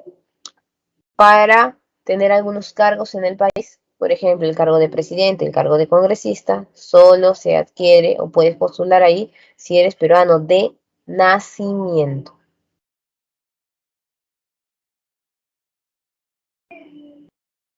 Luego tenemos por naturalización. ¿Cuándo es por naturalización? Aquellas personas que se les da la nacionalidad por honor, por ejemplo. ¿Cuándo es por honor? Cuando van a representar al Perú en algún evento deportivo. Cuando han participado de alguna guerra en defensa del Perú, también se les da la nacionalidad. O cuando el gobernante ve una situación de honor en alguna persona. La mayoría recuerda el caso francés, en el cual un africano salvó a un bebé que iba a caer en un edificio, mientras otros personajes franceses estaban mirando, y él subió y lo rescató. En este caso le dieron la nacionalidad por honor. Y también por naturalización es aquellos que son residentes extranjeros, no tienen algún vínculo con algún peruano, tienen el tiempo de residencia adecuado, dan un examen en el Perú y luego terminan cantando el himno nacional. A ellos se les llama también peruanos por naturalización.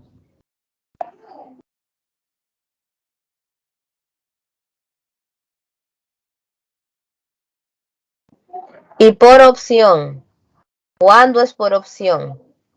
Cuando la persona se casa con un peruano o peruana. ¿Y por qué por opción? Según la necesidad, puede ser que adquiera o no la nacionalidad. No es obligatorio que por estar casado obligatoriamente tenga la nacionalidad. Él la puede pedir porque ya tiene esta facultad. Y aquellos que tienen padres peruanos, pero no los inscribieron antes de los 18 años, sino después. La persona solita se inscribe, ya es por opción. Esta persona por naturalización o por opción no puede postular, por ejemplo, a los cargos de presidente y congresista. Profesora, pero hay cargos en los que pueden postular, sí, en todos los cargos no dice peruano de nacimiento, en algunos dice solamente ser peruano. Y en el alcalde, por ejemplo, no es necesario ser peruano, puede ser hasta un extranjero que resida 2 años en la localidad, puede postular al cargo de alcalde. Territorio. Nuestro territorio es inalienable e inviolable. Nadie puede ingresar y quitarnos territorio ni transgredir normas allí. ¿Qué comprende nuestro territorio peruano? El suelo, todo lo que vemos encima, que es la medida del mapa, la extensión del mapa con su diferencia de fronteras. El subsuelo, por eso siempre te dicen, si encuentras algo debajo de tu casa, le pertenece al Estado, no es tuyo. Ese es el subsuelo, lo que está abajito. Ese subsuelo está conformado por los recursos minerales e incluso por artesanía. Si encuentras un huaco, no es tuyo. Si encuentras petróleo, no es tuyo. El dominio marítimo, las 200 millas de extensión hacia el fondo, y bueno, todo lo concerniente a al nuevo diagrama con la división de la Haya, ¿no? Ahí está recto y luego en caída.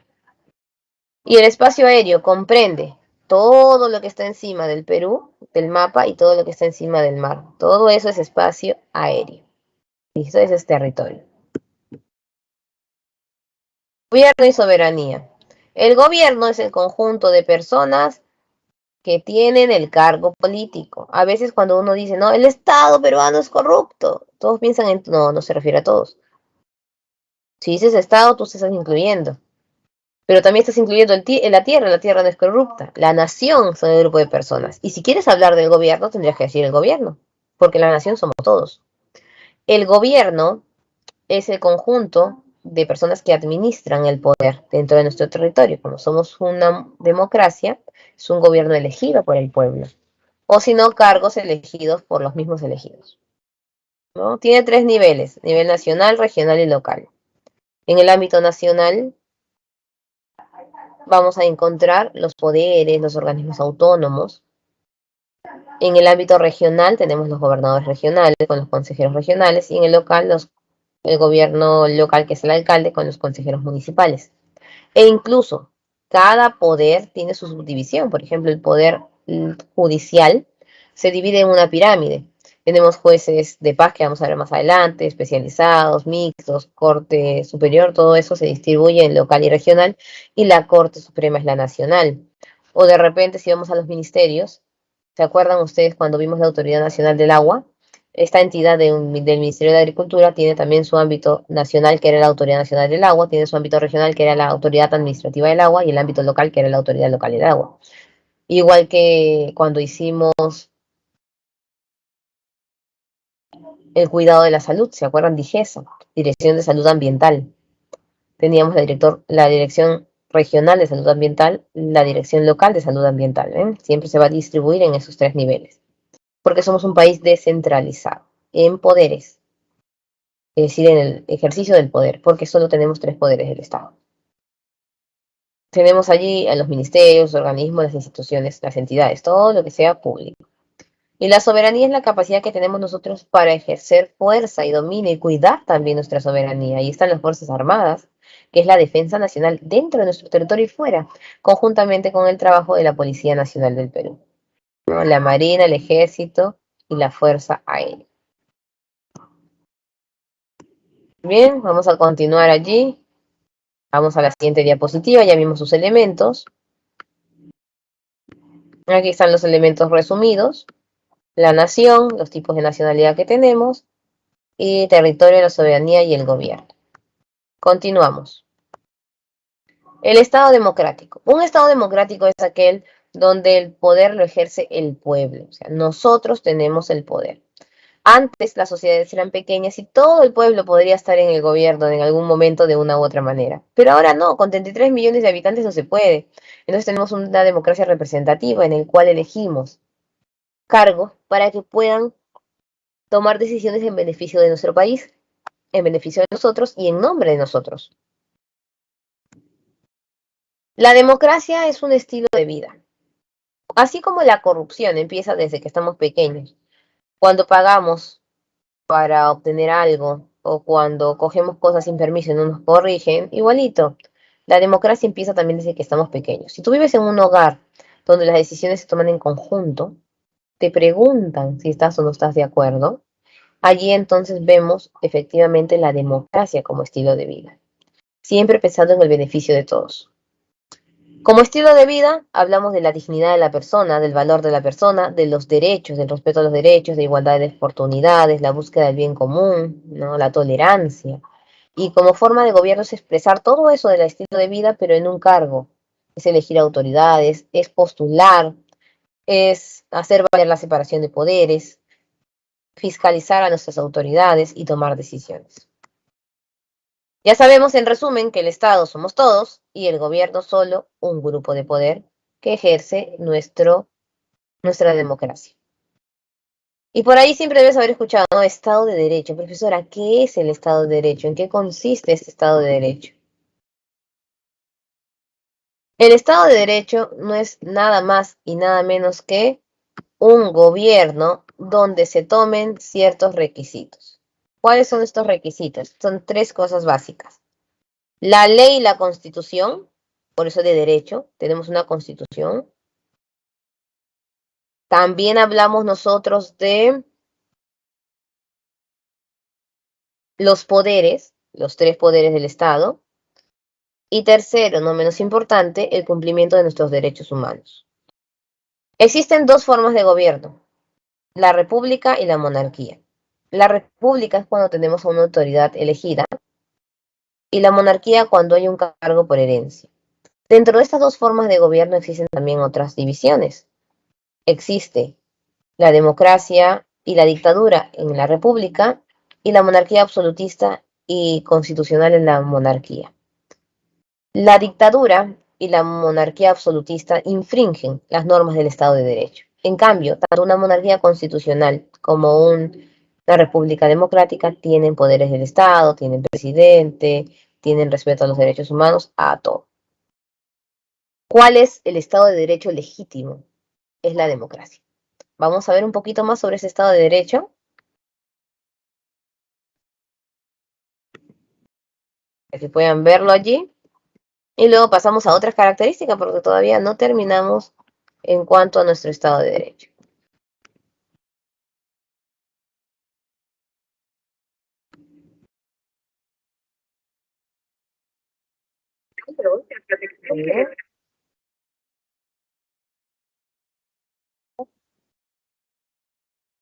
¿Listo? Ahora vamos a ver qué es el Estado de Derecho. Estamos en todos los conceptos iniciales de Estado. Todavía no vamos a trabajar poderes, leyes, nada de ello. En un video anterior hablamos sobre cómo la Constitución define nuestro Estado. Todas las decisiones que toma esta entidad nos afectan directa o indirectamente. Uno de los aspectos en los que nos puede afectar es el económico. Por ejemplo, cuando los impuestos suben, afecta la distribución del ingreso de cada ciudadano. Cuando el Estado impone un sueldo mínimo, la proyección de cuánto gastará un empresario por sus empleados cambia. Ejemplos como estos hay muchos. Ahora, cada una de estas decisiones deben estar dentro de un marco legal que las permita. Es decir, las reglas de juego existen y no deben romperse. Y, si se rompen, deben existir consecuencias o un mecanismo que no permita que el sistema se quiebre. Así, hay un ambiente de predictibilidad y, por ende, de estabilidad que nos beneficia a todos.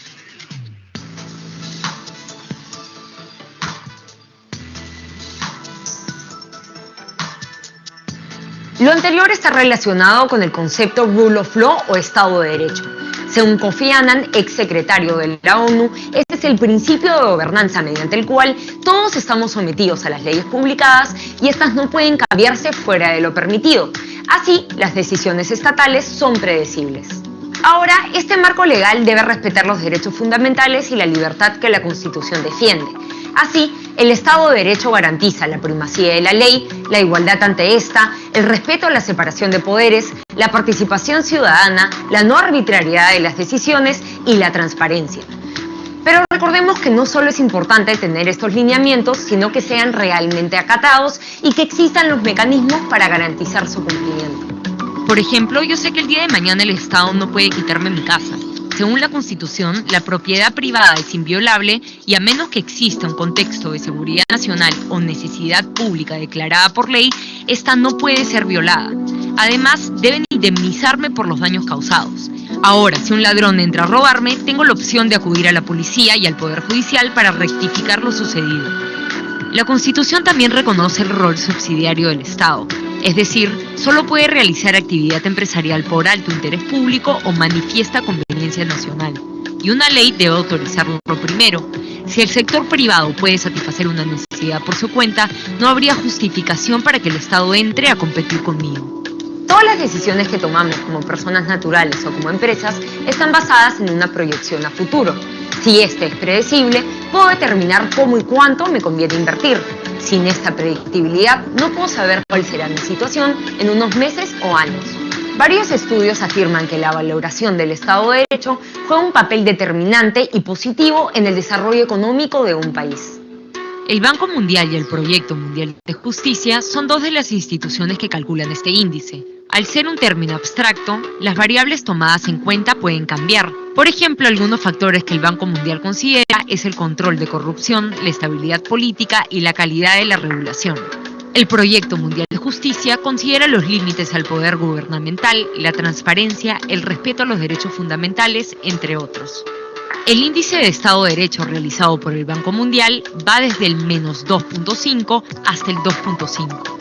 En el 2017, Perú obtuvo menos 0.5, colocándose en el tercio inferior del listado que incluye a todos los países. La mayor puntuación corresponde a nuestra calidad regulatoria, mientras la más baja se refiere a nuestro control de corrupción. El índice elaborado por el Proyecto Mundial de Justicia va del 0 al 1. En el ranking 2019, el Perú se encuentra en el puesto 70 de 126 países con un puntaje de 0.51. Así, baja 5 posiciones con respecto al listado del año anterior.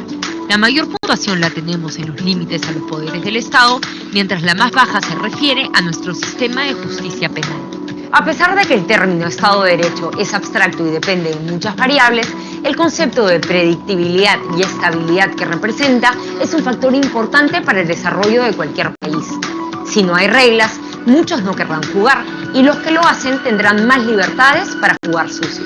Si quieres ver más videos como este, visita nuestro canal de YouTube y activa las notificaciones.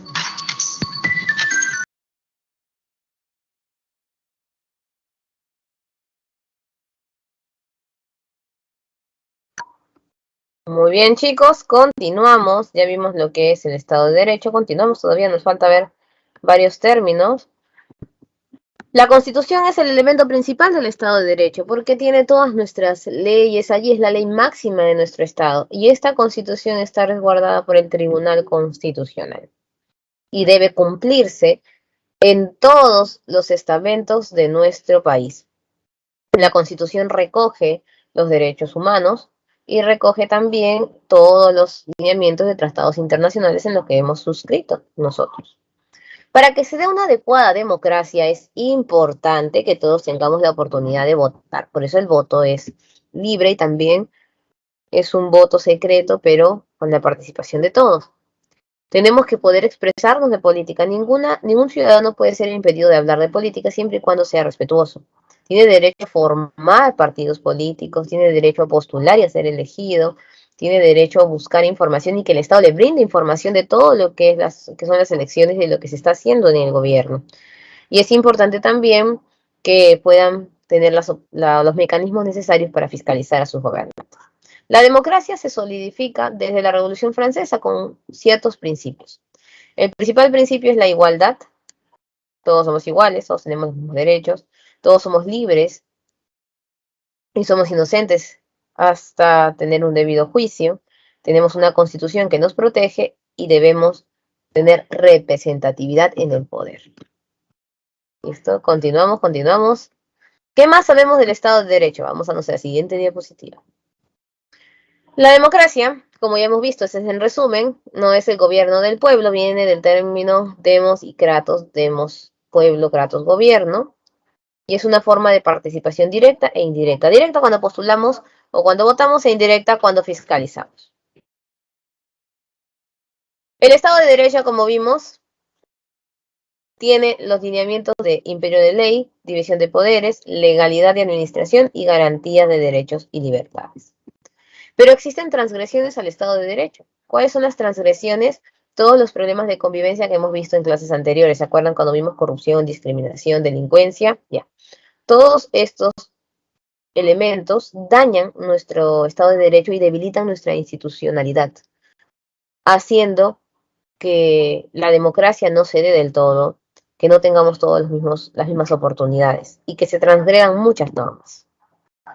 Cuando un gobierno ingresa al cargo, ¿no? Toma el cargo así a la mala por todo lo que es el tema de golpe de Estado, se le llama gobierno usurpador. También le dicen gobierno usurpador, rebelión, insurrección, sedición, que es todo lo que es en contra de la democracia. Pero nosotros no tenemos que rendirle obediencia a un gobierno que no hemos elegido o que se ha impuesto. Entonces ahí viene el derecho de insurgencia. Podemos salir a manifestar nuestra voluntad. Ha pasado, por supuesto. Ustedes han vivido todo lo de pandemia con el tema de Merino. ¿Alguno de ustedes fue a la marcha? ¿Tu familia fue a la marcha? A ver, cuéntenme.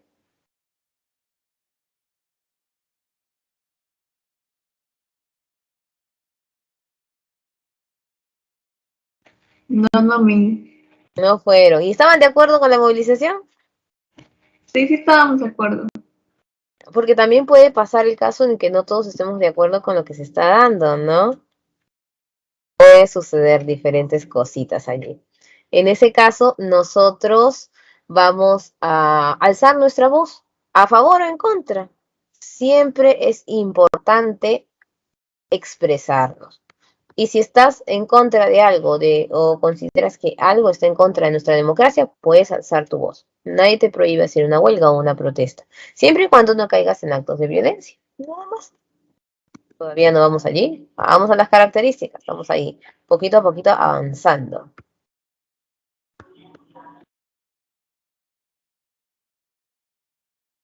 Características del Estado peruano. Somos una república. ¿Por qué nosotros no tenemos cargos por herencia? Somos un país democrático. Elegimos y podemos ser elegidos. Somos social porque piensan en nosotros. Ay, profesor, ¿en serio piensan en nosotros? Sí. De una u otra manera, los gobernantes piensan en ti. Soberano. Tenemos poder en nuestro territorio. Es independiente. Hay tres tipos de gobierno, ¿no? Independiente, dependiente y libre asociado. Independiente es que no domina a nadie ni tampoco se domina por alguien. Dependiente es cuando sí tiene un yugo superior. Por ejemplo, Guyana Francesa le pertenece a Francia. Y libre asociado es Puerto Rico, que le pertenece comercialmente a Estados Unidos. Por eso ya no tienen presidente, sino primer ministro. Representativo porque elegimos a un cargo que está allí. Y el poder es uno, el gobierno es uno, por eso no tenemos varios estados, es un solo estado. Las leyes son para todos. No hay ley en Lima, no hay una ley diferente en Cajamarca, no hay una ley diferente en Puno, no. Somos todos uno solo. Y descentralizados los tipos de poderes que ya hemos visto, ¿no? Y antes de pasar, pues, falta. Ya estamos terminando. Las características que tenemos aquí también. Ya estamos. Si lo dividimos por sectores, uno indivisible le corresponde al Estado. Por ejemplo, si te dicen, la República es una, no, es el Estado es uno, es indivisible. La república es democrática, social, independiente y soberana. Y el gobierno es unitario, representativo y descentralizado. Importante. Si yo te digo, la república es una, no tiene que ver con su concepto, porque el gobierno es la forma de administrar el poder, la república es la organización que tenemos en base a otros países y el Estado es cómo administramos nuestras leyes. El poder emana del pueblo, nadie puede adjudicarse el poder, si no haría obviamente insurrección, como hemos visto. Y lo máximo aquí es nuestra constitución. Y ahora sí, vamos a la estructura de nuestro Estado. Nos estamos pasando esto, perdón. Idiomas oficiales, todas las lenguas, eso lo hemos visto en diversidad lingüística. Todos los idiomas son oficiales, castellano, quechua, aymara, y todas las lenguas son oficiales. Puedes expresarse en cualquiera de estos idiomas y puedes sustentar títulos en cualquiera de estos idiomas, son válidos. Si nosotros tenemos un juicio, este representante o abogado del Perú sería el procurador público. Por ejemplo, en La Haya fue nuestro procurador. Pero además hay algo que la mayoría no sabe. En cada juicio hay un procurador. Una cosa es el Poder Judicial, que está el juez, otro es el Ministerio Público, que está el fiscal, y ellos ven el tema de administrar justicia. Pero ¿quién se encarga de ver que nuestros derechos humanos no se transgredan? Ese es el procurador. El procurador es enviado por el Ministerio de Justicia y Derechos Humanos. Y nuestra estructura, ahora sí. El gobierno central o nacional está dividido por los poderes. En el caso del poder legislativo, aquí está la organización, que ya lo vamos a ver más adelante, oficialía, donde se llevan todos los proyectos de ley, las comisiones, la mesa directiva, la presidencia del consejo, el consejo directivo y el pleno. Todo eso lo vamos a ver la próxima semana, perdón. El ejecutivo es presidente y ministros, no es solo presidente. Y tienen el mismo peso todos. Y el judicial, aquí están los organismos PAS, letrado, especializado, Corte Superior, y la máxima es la Corte Suprema. En el ámbito, luego viene local y regional, tendríamos los gobiernos regionales y locales, que son los gobiernos regionales, que es el gobernador más los consejeros regionales, y el local, alcalde y consejeros municipales. Y los organismos constitucionales autónomos están al mismo rango que los poderes, pero no son poderes, tienen una función específica que ya vamos a ver. Se dividen en electorales, en económicos y en jurídicos. Los electorales, jurado, OMPE y RENIEC, los jurídicos, Junta Nacional de Justicia, Tribunal, Ministerio Público y Defensoría, y los económicos, Contraloría, Banco Central de Reserva y la Superintendencia de Banca y Seguros.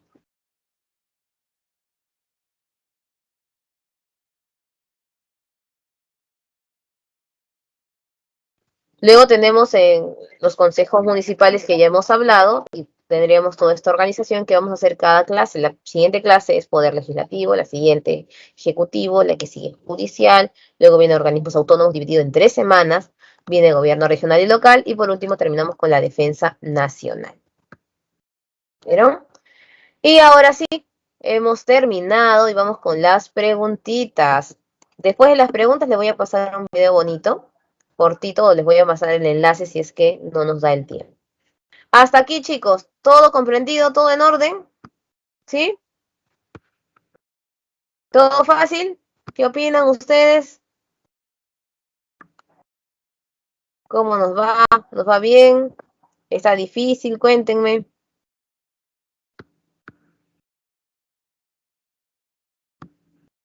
Sí, Miss, todo bien. Todo bien. Hoy día yo he visto que han estado ausentes la mayoría. Yo sé que ahí están estudiando, yo les conozco a ustedes, pero está bien, tranquilos. El tema tampoco está difícil. Vamos entonces a las preguntas. 1, voy a mostrarlas.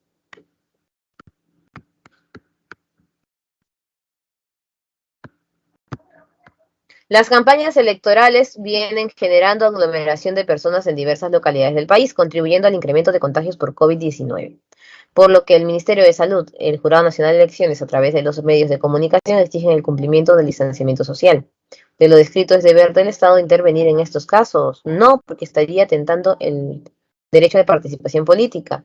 Sí, porque debe tomar medidas que garanticen seguridad y bienestar de la población, no porque los contagios no guarden relación directa. Sí, porque las leyes vigentes penan con cárcel efectiva las reuniones en espacios públicos. Las campañas electorales, obviamente, se pueden dar, pero no pueden promover contagios. ¿Tienen que tomar el Estado? Claro que sí. Puede dejarlos expresar, pero tiene que estar ahí viendo que todo vaya en orden. Letra B de bonito. A nuestro país han ingresado ciudadanos extranjeros por diversos motivos. Según el balance de la Superintendencia Nacional de Migraciones, más de 300 personas en estos últimos meses solicitaron la nacionalidad peruana. A partir de lo mencionado, las personas que podrían obtener este beneficio son los extranjeros casados con peruanos, claro que sí, por más de 2 años. Residentes a los que el gobierno de turno les confiere este honor también, porque en este caso es por naturalización. Inmigrantes que tienen relación de afinidad con un peruano. Afinidad no. Habitantes extranjeros que manifiestan orgullo en índice peruanos. No. Tienen que cumplir ciertos requisitos, obviamente, para ser llamado nacionalidad por naturalización. Letra A. El Perú es un país democrático porque las decisiones son tomadas por el pueblo a través de mecanismos de participación directa e indirecta que le confieren legitimidad al representante.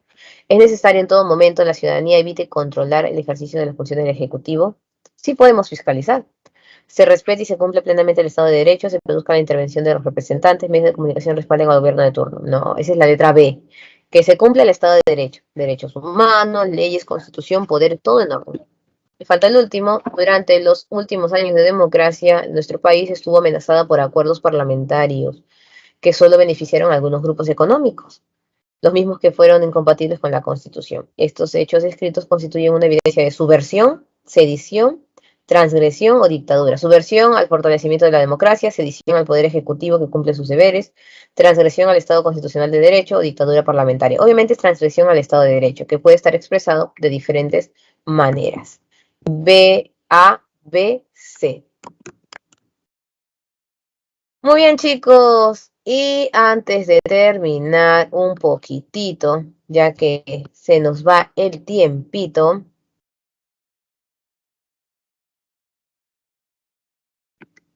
vamos a ver ahora esta introducción al videito que les estaba mencionando. Igual se los voy a dejar en el link para que ustedes lo tengan. Ahí les estoy enviando el link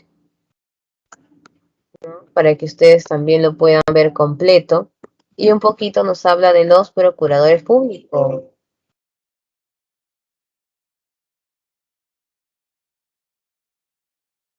Se habla mucho y con cierta frecuencia, el de los procuradores. ¿Quiénes son los procuradores? Los procuradores son los abogados que conforme a la Constitución ejercen la defensa de los intereses del Estado, tanto en sede nacional, actúan en las municipalidades, en los ministerios, en los organismos públicos desconcentrados, como a nivel externo, ya sea a través de la figura del procurador supranacional o de procuradores ad hoc para recurrir ante la justicia ordinaria donde se estén ventilando casos que a nuestro país le interesan. Un aspecto que se discute mucho es el tema de la independencia. La independencia de los procuradores hay que verla en el aspecto funcional, pero para poder tener un concepto de ella hay que explicar de que el Ministerio de Justicia es el ente rector del sistema de administración de defensa del Estado. ¿Qué es un sistema? Es un conjunto de normas, de prácticas, de obligaciones que todas las entidades del Estado tienen que aplicar de una manera uniforme. Entre ellas está el de la conducta de los procuradores, es decir, de que el ministro de Justicia tiene un consejo a través del cual supervisa la buena defensa de la actuación de quienes tienen la obligación de defender al Estado. Vayamos al caso concreto que es el que motiva toda la discusión en esta coyuntura, que es la participación de un procurador en un contexto de un proceso.